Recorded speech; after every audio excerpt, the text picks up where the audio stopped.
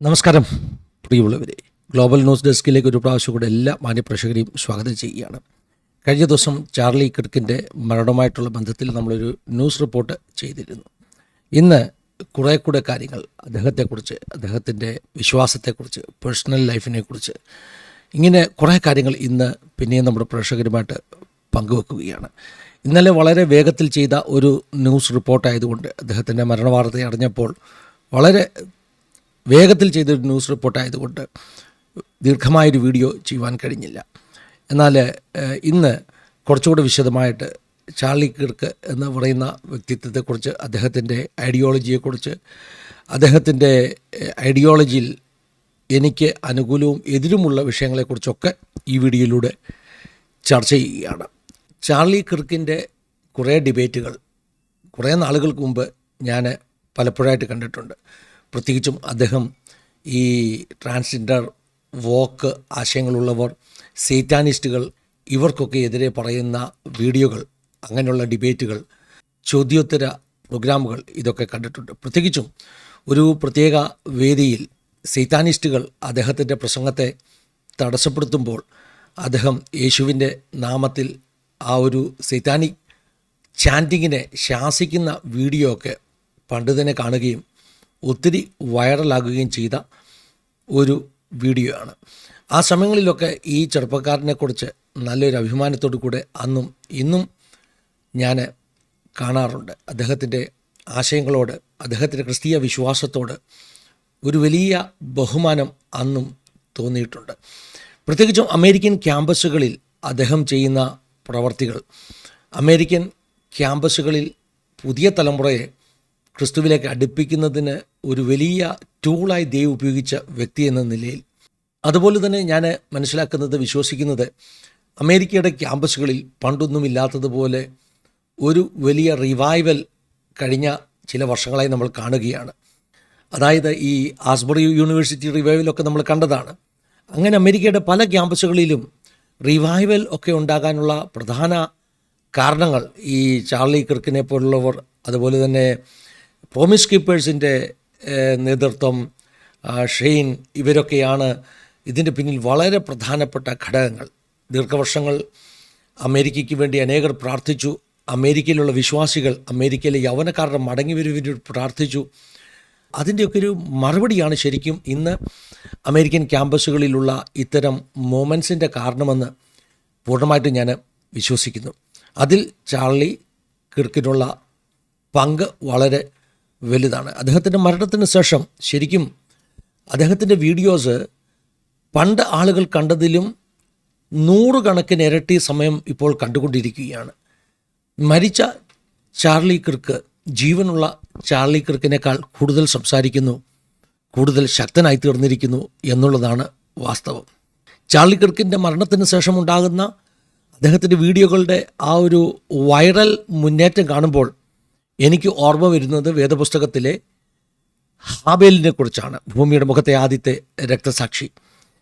ഹാബേലിൻ്റെ രക്തം മരിച്ചിട്ടും സംസാരിച്ചു കൊണ്ടിരുന്നു എന്ന് പറയുന്നത് പോലെ ചാർലി കിർക്കിൻ്റെയും രക്തം ഇന്നും സംസാരിച്ചു കൊണ്ടിരിക്കുകയാണ്. മരിച്ചിട്ടും വിശ്വാസത്താൽ അദ്ദേഹത്തിൻ്റെ വീഡിയോകൾ, അദ്ദേഹത്തിൻ്റെ സന്ദേശത്തെ ലോകം മുഴുവൻ എത്തിച്ചുകൊണ്ടിരിക്കുകയാണ്. നമുക്കറിയാമല്ലോ, അഭൂതപൂർവമാകുന്ന ഒരു ഇൻ്റർനെറ്റ് തിരക്കാണ് ചാർലി കിർക്കുമായിട്ടുള്ള ബന്ധത്തിൽ ഇന്ന് വീഡിയോകളിലൊക്കെ നമുക്ക് കാണുവാൻ ഇടയായിത്തീരുന്നത്. അതുകൊണ്ട് തന്നെ അദ്ദേഹം പ്രതിനിധാനം ചെയ്ത വിശ്വാസവും അദ്ദേഹത്തിൻ്റെ സന്ദേശവും ലോകം മുഴുവൻ കാട്ടുതീ പോലെ പരന്നുകൊണ്ട് ഇരിക്കുന്നു. അദ്ദേഹത്തിൻ്റെ ചില സ്റ്റേറ്റ്മെൻറ്റ്സ് പ്രേക്ഷകരുടെ ശ്രദ്ധയ്ക്ക് വേണ്ടി ഞാൻ പറയുകയാണ്. ഞാൻ ആദ്യമേ പറഞ്ഞല്ലോ, ഒരു സൈറ്റാനിക് ഒരു ആക്ടിവിറ്റി ഉണ്ടായപ്പോൾ, അങ്ങനെയുള്ള ആളുകൾ അദ്ദേഹത്തിൻ്റെ പ്രസംഗത്തെ തടസ്സപ്പെടുത്തിയപ്പോൾ, സാത്താൻ്റെ വേഷമൊക്കെ ധരിച്ച് അദ്ദേഹത്തിനെതിരെ നിന്നപ്പോൾ, അദ്ദേഹം യേശുവിൻ്റെ നാമത്തിൽ ആ ഒരു പവറിനെ ശാസിക്കുന്നതൊക്കെ നമ്മൾ കണ്ടതാണ്. അദ്ദേഹത്തിനെതിരെ വരുന്ന ചോദ്യങ്ങൾ, അബോർഷനെക്കുറിച്ചുള്ള, അതുപോലെ തന്നെ ഈ ജെൻഡർ ഐഡൻറ്റിറ്റിയെക്കുറിച്ചുള്ള ചോദ്യങ്ങൾക്കൊക്കെ കൃത്യമായ മറുപടി അദ്ദേഹം നൽകുമായിരുന്നു. അമേരിക്കയിലെ 100 കണക്കിന് യൂണിവേഴ്സിറ്റികളിൽ അദ്ദേഹം ചെന്ന് കുട്ടികളുമായിട്ട് സംവാദിച്ച് അങ്ങനെ വിശ്വാസത്തിൻ്റെ ഒരു വലിയ അഡ്വക്കേറ്റായിട്ട് നിന്ന ഒരു ദൈവദാസനാണ്. അദ്ദേഹത്തിൻ്റെ വ്യക്തിപരമാകുന്ന ജീവിതത്തെക്കുറിച്ച് ഒന്ന് രണ്ട് കാര്യങ്ങൾ. അദ്ദേഹം വിവാഹം കഴിച്ചത് മുൻ മിസ് അരിസോണയായ വനിതയാണ്. അനുഗ്രഹിക്കപ്പെട്ട ഒരു കുടുംബം, 2 കൊച്ചുകുട്ടികൾ. ഇനി ഒരു കാര്യം നിങ്ങൾക്ക് കേൾക്കണമോ? അദ്ദേഹം ഒരിക്കൽ തൻ്റെ ഒരു ഇൻ്റർവ്യൂവിൽ പറഞ്ഞത്, വെള്ളിയാഴ്ച വൈകിട്ടാകുമ്പോൾ താൻ മൊബൈൽ സ്വിച്ച് ഓഫ് ചെയ്യും. ശനിയും ഞായറും കുടുംബത്തിനും ദൈവത്തിനും വേണ്ടിയുള്ള ദിവസങ്ങളാണ്. പിന്നെ തിങ്കളാഴ്ച മാത്രമേ അദ്ദേഹത്തെ ആളുകൾക്ക് കോൺടാക്റ്റ് ചെയ്യാൻ കഴിയുള്ളൂ. വെള്ളിയാഴ്ച വൈകിട്ടായതിനു ശേഷം പിന്നെ നോ ഇൻസ്റ്റഗ്രാം, നോ യൂട്യൂബ്, ഒരു സോഷ്യൽ മീഡിയയുമില്ല, ഒരു കോൺടാക്റ്റുമില്ല. മുഴുവൻ സമയങ്ങളും കുടുംബത്തിനും ദൈവത്തിനും വേണ്ടി നൽകുന്ന ഒരു മനുഷ്യൻ. ഈ തലമുറയിൽ അങ്ങനെയുള്ള ആളുകൾ കുറവാണെന്ന് പറയേണ്ടിയിരിക്കുന്നു.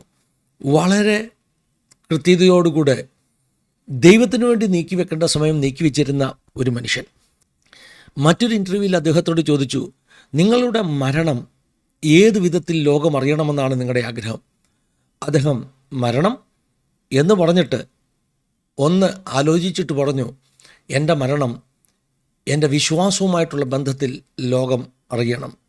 അദ്ദേഹം കൊതിച്ചതുപോലെ അദ്ദേഹത്തിൻ്റെ മരണം വിശ്വാസവുമായിട്ടുള്ള ബന്ധത്തിൽ ഒരു രക്തസാക്ഷിത്വമായിട്ടാണ് ഇന്ന് ലോകം മുഴുവൻ അംഗീകരിച്ചിരിക്കുന്നത്. അമേരിക്കൻ പ്രസിഡൻ്റാകുന്ന ഡൊണാൾഡ് ട്രംപ് മരണാനന്തര ബഹുമതിയൊക്കെ അദ്ദേഹത്തിന് വേണ്ടി പ്രഖ്യാപിച്ചു കഴിഞ്ഞ ദിവസം. അതായത് 9/11 ട്വിൻ ടവർ തകർന്നതിൻ്റെ വാർഷിക ചടങ്ങിൽ ഡൊണാൾഡ് ട്രംപ് പറഞ്ഞു തുടങ്ങുന്നത് തന്നെ ഈ ചാർലി കിർക്കിന് മരണാനന്തര ബഹുമതി അമേരിക്ക കൊടുക്കുമെന്നുള്ള വാക്കുകളോടുകൂടിയാണ്. അപ്പോൾ ലോകം അദ്ദേഹത്തെ ഒരു രക്തസാക്ഷിയായി അംഗീകരിച്ചു കഴിഞ്ഞിരിക്കുന്നു. തൻ്റെ വിശ്വാസത്തിന് വേണ്ടി കൊന്നവർ ആരുമാകട്ടെ, അദ്ദേഹം മരിച്ചത് അദ്ദേഹം പ്രതിദാനം ചെയ്ത, അദ്ദേഹം പ്രസംഗിച്ച തൻ്റെ വിശ്വാസത്തിന് വേണ്ടിയാണ്. അതിൽ യാതൊരു സംശയവുമില്ല. ഞാൻ പറഞ്ഞല്ലോ, അമേരിക്കൻ ക്യാമ്പസുകളെ വളരെ സ്വാധീനിച്ച, അമേരിക്കയുടെ പുതിയ തലമുറയെ ക്രിസ്തുവിലേക്ക് കൊണ്ടുവരുവാൻ കാരണമായി തീർന്ന ദശലക്ഷക്കണക്കിന് ആളുകളെ, ചെറുപ്പക്കാരെ സ്വാധീനിച്ച ഒരു മനുഷ്യൻ ചാർലി കിർക്ക്. അദ്ദേഹത്തിൻ്റെ ക്രിസ്തീയ വിശ്വാസത്തിനും അതിൻ്റെ അടിസ്ഥാനങ്ങൾക്കൊന്നും യാതൊരു സംശയവുമില്ല. മറ്റൊരു കാര്യം ഞാൻ കഴിഞ്ഞ ദിവസം ശ്രദ്ധിച്ചത്, 1 മാസം മുമ്പുള്ള വീഡിയോ ആണ്. ചാർലി കിർക്കിൻ്റെ ഒരു ഷോയിൽ മറ്റൊരു ദൈവദാസനുമായിട്ട് കർത്താവിൻ്റെ 2ാം വരവിനെക്കുറിച്ച് ചർച്ച ചെയ്യുന്ന ഒരു വീഡിയോ. വളരെ ഈടുറ്റ, വളരെ ഡോക്ടറിനലി കറക്റ്റായിട്ടുള്ള ഒരു വീഡിയോ ആണതെന്ന് അത് കണ്ടപ്പോൾ എനിക്ക് മനസ്സിലായി. അങ്ങനെ കർത്താവിൻ്റെ മടങ്ങിവരവിനെക്കുറിച്ചും ക്രിസ്തീയ വിശ്വാസത്തെക്കുറിച്ചും ഒക്കെ വളരെ ശക്തമായി ഉപയോഗിക്കപ്പെട്ട ഒരു മനുഷ്യൻ. ഈ നൂറ്റാണ്ടിലെ സ്തേഫാനോസ് എന്ന് വേണമെങ്കിൽ അദ്ദേഹത്തെ വിളിക്കാം. അദ്ദേഹം തൻ്റെ ആക്ടിവിറ്റിസ്റ്റ് എന്ന റോള്, ആ ഒരു കാര്യം തുടങ്ങിയത് 18ാമത്തെ വയസ്സിലാണെങ്കിൽ ആരംഭകാലങ്ങളിൽ അദ്ദേഹം ഒരു പ്യുവർ സെക്കുലർ ആക്ടിവിറ്റിസ്റ്റ് ആയിരുന്നു.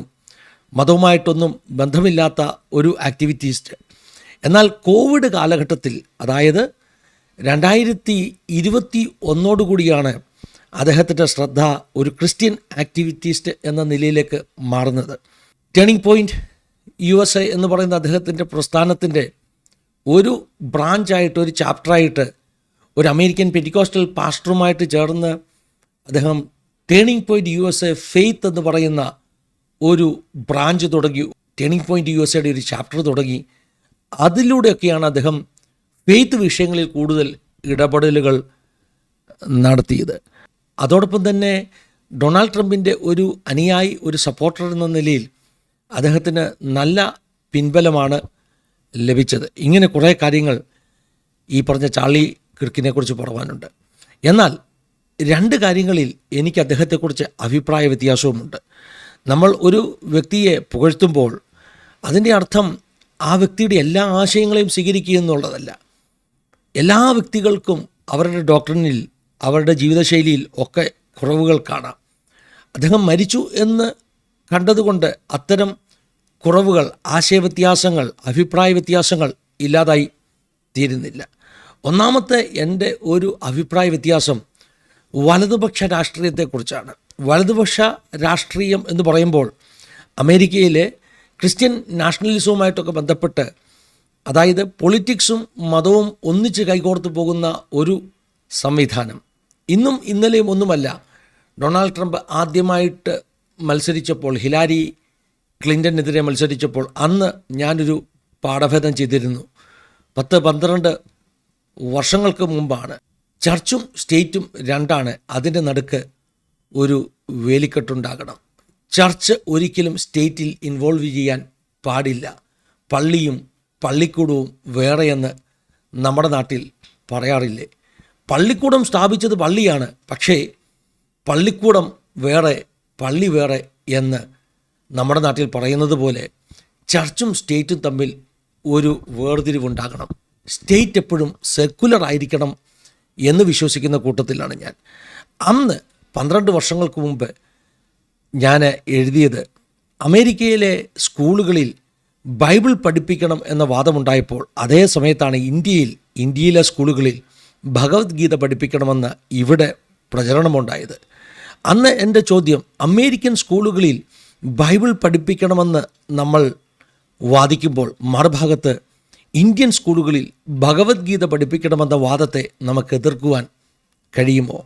തീവ്ര വലതുപക്ഷത്തിൻ്റെ, അതായത് ഒരേ നാണയത്തിൻ്റെ 2 വശങ്ങൾ. അമേരിക്കയിലെ വലതുപക്ഷ രാഷ്ട്രീയത്തെ അനുകൂലിക്കുമ്പോൾ തന്നെ ഇന്ത്യയിലെ വലതുപക്ഷ രാഷ്ട്രീയത്തെ നമുക്കെങ്ങനെ എതിർക്കുവാൻ കഴിയും? അത് ഇരട്ടത്താപ്പല്ലേ? അതുകൊണ്ട് അന്നും ഇന്നും ഇന്നത്തെ നിലപാടൊന്നുമല്ല കേട്ടോ. മതവും രാഷ്ട്രീയവും കൂട്ടിക്കുഴയ്ക്കുന്നതിന് ഞാൻ എതിരാണ്. ഒരുപക്ഷേ അമേരിക്കയിൽ ജീവിക്കുന്ന ഒരു വ്യക്തിയായിരുന്നു ഞാനെങ്കിൽ ഇങ്ങനെ ഞാൻ പറയുകയില്ല. പക്ഷേ ഇന്ത്യയിൽ ജീവിക്കുന്ന ഒരു വ്യക്തി എന്ന നിലയിൽ തീവ്ര വലതുപക്ഷ രാഷ്ട്രീയത്തിൻ്റെ കെടുതികൾ അനുഭവിക്കുന്ന ഇരയെന്ന നിലയിൽ ഞാൻ പറയുകയാണ്, മതവും രാഷ്ട്രീയവും രണ്ടാണ്, ഒന്നിച്ചു കൂട്ടിക്കുഴയ്ക്കുവാൻ പാടില്ല. ഇവിടെ ഈ ചെറുപ്പക്കാരനെക്കുറിച്ചുള്ള എൻ്റെ ഒരു അഭിപ്രായ വ്യത്യാസം അദ്ദേഹത്തിൻ്റെ പൊളിറ്റിക്കൽ ഇൻവോൾവ്മെൻ്റ് ആണ്. ഒരു കാരണവശാലും ഒരു ദൈവദാസൻ പൊളിറ്റിക്സിൽ ഇൻവോൾവ് ചെയ്യാൻ പാടില്ല എന്ന് ഞാൻ വിശ്വസിക്കുന്നു. അപ്പോൾ നിങ്ങൾ ചോദിക്കും, ഞാൻ ഇടതാണോ? അല്ല, ഞാൻ ഇടതുമല്ല വലതുമല്ല, ലെഫ്റ്റും റൈറ്റും മാത്രമല്ല, ലെഫ്റ്റ് റൈറ്റ് സെൻട്രൽ എന്ന് പറയുന്നൊരു വിഭാഗമുണ്ട്. ഞാൻ സെൻട്രലാണ്. സെൻട്രൽ എന്ന് പറയുമ്പോൾ സമദൂരം, ഇടത്തേക്കുമില്ല വലത്തേക്കുമില്ല. ഇടത് പറഞ്ഞാലും വലത് പറഞ്ഞാലും ഓരോ ആശയങ്ങളെയും നമ്മൾ വിവേചിച്ച് അവർ പറയുന്ന നല്ലതിനെ മാത്രം സപ്പോർട്ട് ചെയ്യുക. ഇന്ന് വലതുപക്ഷക്കാരാണ് നല്ല ആശയങ്ങൾ മുമ്പിലേക്ക് വെച്ചാൽ അതിനെ സപ്പോർട്ട് ചെയ്യുക. അല്ല, നാളെ ഇടതുപക്ഷക്കാരുടെ ആശയങ്ങളാണ് എനിക്ക് യോജിപ്പുള്ളതെങ്കിൽ അതിനെ സപ്പോർട്ട് ചെയ്യുക. അതിനാണ് സമദൂരം എന്ന് പറയുന്നത്. എൻ്റെ രാഷ്ട്രീയം ഇടതുമല്ല വലതുമല്ല. എൻ്റെ രാഷ്ട്രീയം ദൈവരാജ്യം എന്ന രാഷ്ട്രീയമാണ്. ദൈവരാജ്യത്തിൻ്റെ നന്മയെ കരുതിയുള്ള രാഷ്ട്രീയമാണ് എൻ്റെ രാഷ്ട്രീയം. അതുകൊണ്ട് ഇടത്തോട്ടും വലത്തോട്ടും ചായാതെ സെൻട്രൽ ലൈനിൽ കൂടെ പോകുന്ന ഒരു രാഷ്ട്രീയ വിശ്വാസ സംഹിതയാണ് എനിക്ക് ഉള്ളത്. അതുകൊണ്ട് വലതുപക്ഷ രാഷ്ട്രീയം അത് ലോകത്തിൻ്റെ ഏത് ഭാഗത്താണെങ്കിലും അത് തെറ്റാണ്. സ്റ്റേറ്റ് സെക്കുലർ ആയിരിക്കണമെന്ന് ഞാൻ വിശ്വസിക്കുന്നു. രണ്ടാമത്തെ കാര്യം ഞാൻ കഴിഞ്ഞ വീഡിയോയിൽ ഒന്ന് പരാമർശിച്ച് വിട്ടതാണ്. നമ്മുടെ വാക്കുകൾ തന്നെ നമ്മളെ ഒരിക്കൽ കുറ്റം വിധിക്കുമെന്ന് സാധാരണ ആളുകൾ പറയാറില്ലേ? ചാർലി കിർക്കിൻ്റെ ജീവിതത്തിലും അങ്ങനെയൊരു അനുഭവമുണ്ട്. ചില വർഷങ്ങൾക്ക് മുമ്പ് ഒരു പത്രപ്രവർത്തകൻ അദ്ദേഹത്തോട് അമേരിക്കയിലെ ഗൺ കൾച്ചറിനെ കുറിച്ച് ഒരു ചോദ്യം ചോദിച്ചു. അദ്ദേഹം പറഞ്ഞ മറുപടി വലിയ കോൺട്രവേഴ്സിയായി തീർന്ന മറുപടിയാണ്. അദ്ദേഹം പറഞ്ഞു, അതായത് അമേരിക്കയിലെ ഗൺ കൾച്ചർ, അതുകൊണ്ടുണ്ടാകുന്ന ക്രൈം, അതിനെ അദ്ദേഹം എതിർക്കുന്നു. പക്ഷേ ചില ആളുകൾ വെടികൊണ്ട് മരിച്ചെന്നിരിക്കാം, പക്ഷേ അവരുടെ മരണം വർത്തിയാണ്, മൂല്യമുള്ളതാണ്. അവരുടെ മരണം റൈറ്റ്സ്, അതായത് ആളുകളുടെ അവകാശങ്ങൾക്ക് വേണ്ടിയുള്ള 2ാം അമെൻഡ്മെൻറ്റ് നിലനിൽക്കുവാൻ വേണ്ടിയുള്ള മരണമാണ്. എന്ന് പറഞ്ഞാൽ റൈറ്റ്സ്, ഒരാൾക്ക് സെൽഫ് പ്രൊട്ടക്ഷന് വേണ്ടി ഗൺ ഉപയോഗിക്കാം, ലൈസൻസ്ഡ് ഗൺ ഉപയോഗിക്കാമെന്ന ഭരണഘടന നൽകുന്ന സ്വാതന്ത്ര്യം, അതവരുടെ റൈറ്റാണ്. ആ റൈറ്റിനെ സംരക്ഷിക്കുവാൻ വേണ്ടി ചിലർക്ക് ചിലപ്പോൾ മരിക്കേണ്ടി വരും എന്നൊരു സ്റ്റേറ്റ്മെൻറ്റ് അദ്ദേഹം ചില വർഷങ്ങൾക്ക് മുമ്പ്, എൻ്റെ ഓർമ്മ ശരിയാണെങ്കിൽ 2023 തോന്നുന്നു, അദ്ദേഹം ഒരു ന്യൂസ് മീഡിയയോട് പറഞ്ഞിരുന്നു. അതായത് ഗൺ ഉപയോഗിക്കാനുള്ള അവകാശം സംരക്ഷിക്കേണ്ടതിൻ്റെ ഭാഗമായിട്ട് ചിലർക്കൊക്കെ ജീവൻ നഷ്ടപ്പെടും. അത് വർത്തിയാണ്. ഏത് സെൻസിൽ?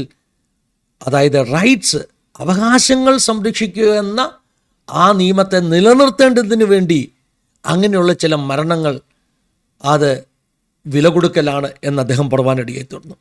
ഇനിയൊരു കാര്യം ശ്രദ്ധിക്കണം.